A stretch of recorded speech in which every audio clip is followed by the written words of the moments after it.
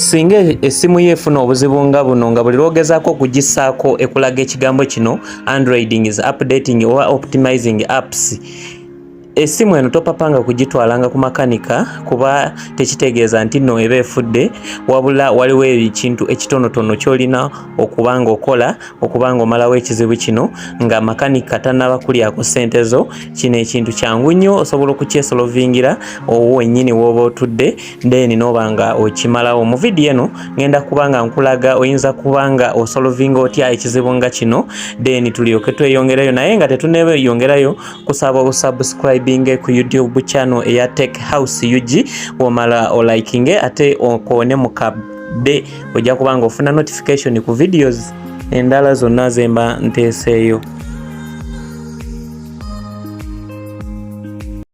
Alright, ekyokola kyangu nnyo. Singa essimu yo ebaera evaamu eryanda giyite battery, soko gyemu battery then omala ogizeemu, then weba tevaamu making sure nti essimu eri off, then womaliriza kwata button ya power ne ya volume down oganyige omulundi gumu okumala seconds nga 5 ku 10, then womaliriza okuganyiga omulundi ogumu gakwate omulundi gumu oganyige, ejja kubanga ekuleetera obugambo mu blue ink nga bwolabaawo.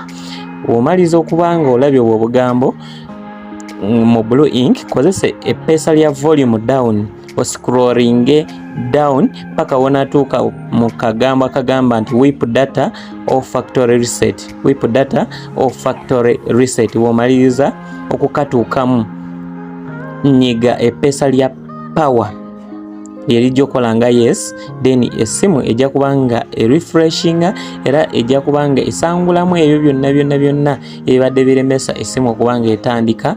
Awo nno essimu yo ejja kubanga eddayo ku nomo. Kusaba subscribing ku YouTube channel eya Tech House UG, ate bw'omaliriza osobola okomentinga n'olikinga ate n'oweereza ekibuuzo ku WhatsApp number eri ku screen yo. Weebale nnyo, weebalire ddala.